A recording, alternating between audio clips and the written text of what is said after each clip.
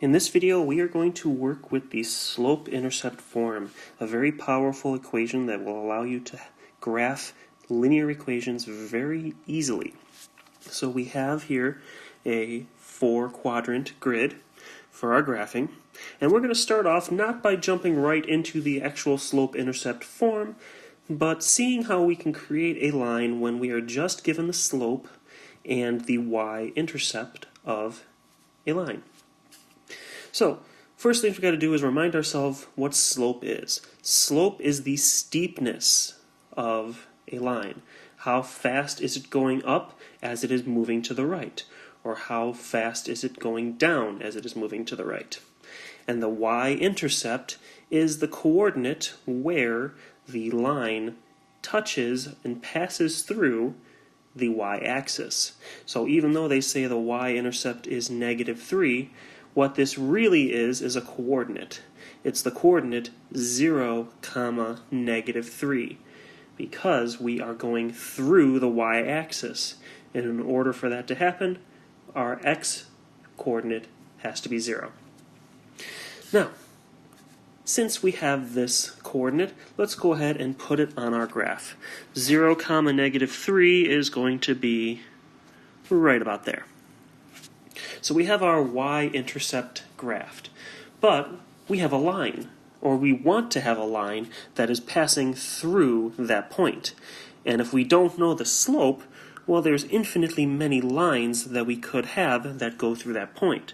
It could look like that, it could look like this, like this, like this, there, there, there. There's infinitely many that can go through that one point.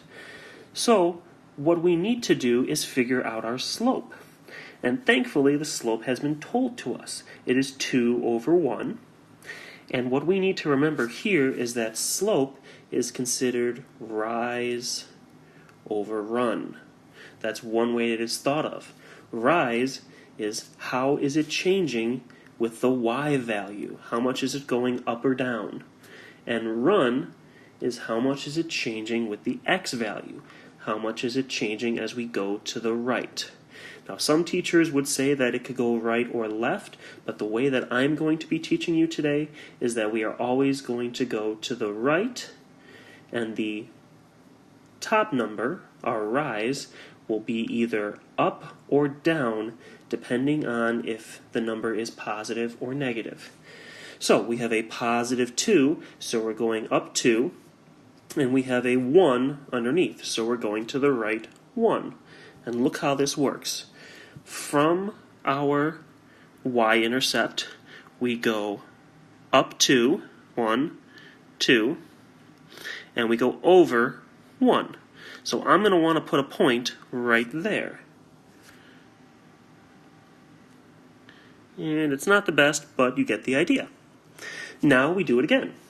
From this new point, we go up 2 over 1 and put a new point. And then we continue doing this up 2 over 1 until we run out of space. Up 2 over 1, up 2 over 1. And at this point, we have plenty of dots, and if we connect all of them, let's use a different color, let's use red to connect them.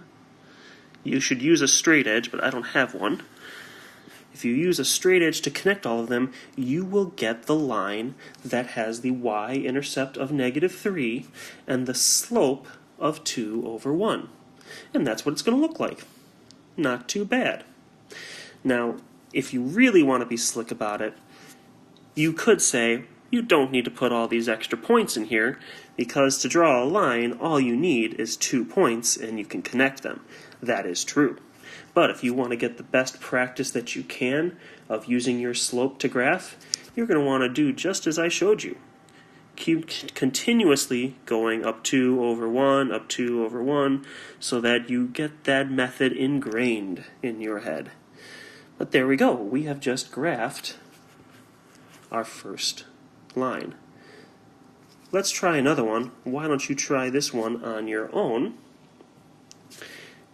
Let me erase what we got. Oops. So this next one we are going to have a y-intercept of 1 and a slope of negative 2/3. So if you're feeling confident about graphing, why don't you pause the video and give it a shot? Otherwise, we'll start in a moment. Just like with the last one, I recommend starting with your y-intercept. Since we're told the y-intercept is 1, we know we have a point at the coordinate 0, 1, which is going to be right here. And I don't like that yellow. Let's use a different color. Let's use green. Okay. Now, we've got to work with our slope. Negative 2/3. Remember, this is rise over run. What did we say in the last example? The bottom number tells us how far we go to the right. The top number is up or down depending on whether it is positive or negative. We have a negative sign here. So we're going to treat it as if it's a negative 2, meaning we go down 2, let's say down 2, and to the right 3. So let's go from our y-intercept and follow that. Down 2, and over 1, 2, 3. We're going to want to put a point right there. And then we'll continue that pattern from our last point, down 2, over 3. And we're going to put a point right there. Now, I can't continue with that pattern because I run out of space over here. So we can just connect the dots as we see them here, and even though we don't have any dots in this direction, a line continues in both directions forever. So we are just going to have them go that way. And this is where a ruler really helps, because you can have your ruler passing through the dots that you've made, and it'll continue the straight line in the opposite direction. So there we have it. We have graphed with our slope and with our y-intercept. But now let's get into the main part of this video where we're going to talk about what the slope-intercept form actually is. It is a way of combining the slope and the y-intercept into one easy to use, hopefully easy to remember, equation. Take a look at the equation I have written in front of you right here. We have y equals mx plus b. What we have here is what is called the slope-intercept form.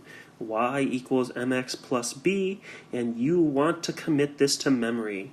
If you are working with linear equations and graphing, the better you know this formula, the easier the graphing is going to be. Now, what are these pieces in front of us? I don't see any numbers. All I see are letters. Well, x is your input. Y is your output, like usual. And if you remember from our slope video, m, and I don't know the reason why they chose m, but m is the symbol, the variable, for our slope. Which, if you remember from that video, the slope is calculated by y2 minus y1 over x2 minus x1, which you might need to do in future problems where they want you to take a point or two, 2 points would be best, and figure out the slope-intercept form. Well, to do that, you're going to need this. And then last but not least, you might be able to guess this, b is your y-intercept. It is the, if we said y-intercept equals, here, let me put this better, y-intercept equals 4, well then b would equal 4. Now that's a lot to throw at us right away. So let's take another look at this real quick. Let's review. You've got y equals mx plus b. This is your slope-intercept form. X is your input, Y is your output. M is the slope. It's how much your graph is changing. Your line is changing over time. You find M using the slope formula that we covered in a different video. B is your Y-intercept. It is the point on the Y-axis where the line crosses. And if they tell you that the Y-intercept is something like 4, you would know your B is 4, and you would put that 4 into the equation right there. Alright, so let's try a little example. Let's erase what we got here. See how good our memory is. Let's say it's the example that we saw earlier, that we've already graphed, where we are told that the slope equals 2 and the y-intercept equals -3. But this time, instead of graphing it, we want to put it into the slope-intercept formula. Well, we just got to remember, what do our pieces stand for? Slope is m, and earlier we had 2 over 1 as our slope, and the way that I'm going to show it is always going to be as a fraction, just to help us remember the rise over run. But our slope is 2 over 1, so that's our m, and the y-intercept is -3. That's b. So if I want to put this information into this, all I have to do is take m and put it where it goes, b and put it where it goes. So our slope-intercept form for our first line we drew would be y equals 2 over 1x. The m is gone. It's been replaced by what the slope actually is. B is also going to be gone. It's going to be replaced by a -3. So you have an option here. You could write it as plus a -3, or you could simplify it down and just have y equals 2 over 1x minus 3. They mean exactly the same thing, and it's just going to be up to you which method you prefer. Do you want to keep the plus sign and then put your negative in parentheses, or do you want to just write it as subtraction? But this is the equation that we originally drew. That's going to give us the line where we had starting at -3 up 2 over 1, 2 over 1, and it looked something like that from our very first graph. This is the equation that gives us that line. Why don't you try one on your own now? I'm going to give you a slope and a y-intercept, and you want to put it into our slope-intercept form. So let's say we have, let's put the y equals mx plus b up there to help you. Let's say our slope is -4/3, and our y-intercept equals 6. Why don't you pause the video and try to write that in so that we can now figure out what is the slope-intercept form. Well, hopefully you've paused it and tried it on your own, but if not and you're working with me, that's great. Remember, slope is m, and the y-intercept is b. So I just want to take these two values and substitute them in for the equation. So our slope-intercept form would be y equals -4/3 x plus 6. And this is what you should have gotten if you plugged it into your equation. Alright, so if they give us the slope and the y-intercept, things are pretty nice. But if they don't give us the y-intercept, we have to do a little bit more work. So let's take a look at one of those examples now. So in this example, We're still using our slope-intercept form. They were kind enough to give us the slope. The slope is 8, or we would think of it as 8 over 1, just to help us with graphing. But we are not told what b is. We know what m is, remember slope is m, but we don't know what b is. And I cannot say b is this point, because remember, b is the y-intercept. It has to touch the y-axis. If I graph 3, negative 1, I'm not going to be on the y-axis. I'm going to be right here. And that is not the y-intercept. So we seem to have a little bit of a problem. With the information we have been given, we can't simply plug things in to our equation. Or can we? We may not know what the y-intercept is right away, but I have the slope, which is m, and I have a coordinate. And a coordinate is made up of an x and a y value, an input and an output. So if we're given a coordinate and a slope, well, that takes care of the y, the m, and the x. I can figure out what b is. I can use a little bit of algebra to solve for our y-intercept. So let's plug in the values that we know. Negative 1, is going to go in for y. 8 over 1 is going to go in for m. And 3 is going to go in for x. So let's plug these in. I have negative 1 equals m, which was 8 over 1, times x, which is 3, plus b. Well, let's solve for b. We want to get b to be the only thing around. I have to take care of this multiplication first. What's 8 over 1 times 3? Well, that's 24. So we have negative 1 equals 24 plus b. And then to get b isolated, we want to get rid of the 24. So if I have a positive 24, I'm going to subtract 24. And we end up with negative 25 equals b. We now know what our b or our y-intercept is. So we can say the slope, m, was 8 over 1.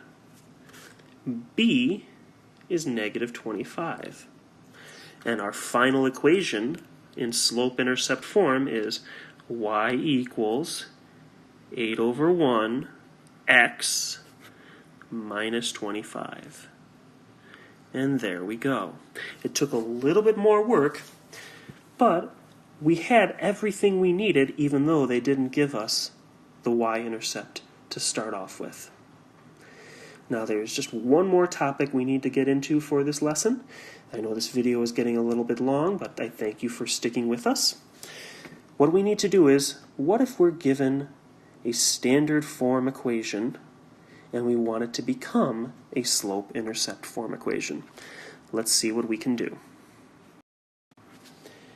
Now this might be a little bit of a review, but remember, standard form is when it looks like this. ax plus by equals c, where x and y are on the same sides. A is a whole number, that must be positive, and c is a constant. It can be 0, or it can be 5, or negative 7, whatever you need.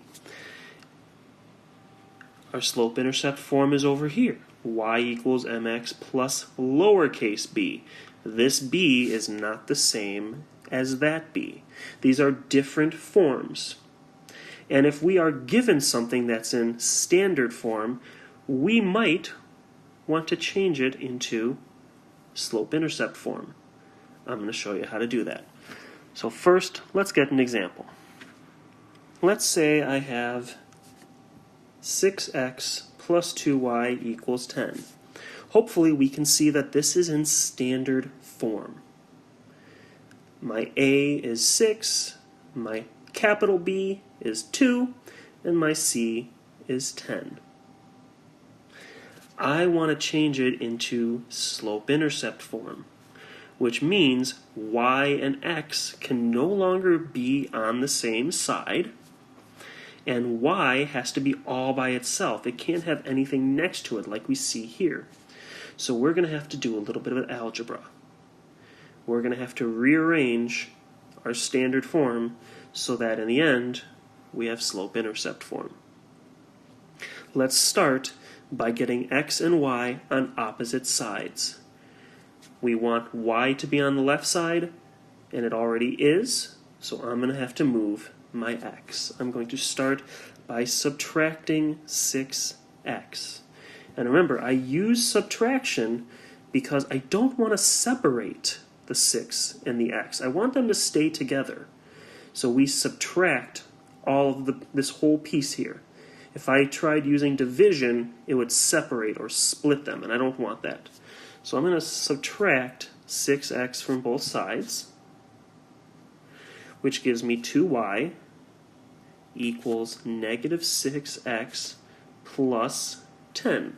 I can't combine the negative 6x and the 10 because this has an x term and 10 does not. I'm close to having slope-intercept form now. All I need to do is get rid of the 2. Now if I subtracted the 2, it would have to bring the y with it because subtraction does not split a number and a letter. I need to use division. So I'm going to divide by 2, and if I divide by 2 with y, I have to divide by 2 with everything else. So 2 divided by 2 is 1, and I'm left with y equals. Now I can divide negative 6 and 2. That's going to give me negative 3 over 1, x. And then 10 divided by 2 is 5. And since this is not the slope portion, remember the slope portion is always paired with x.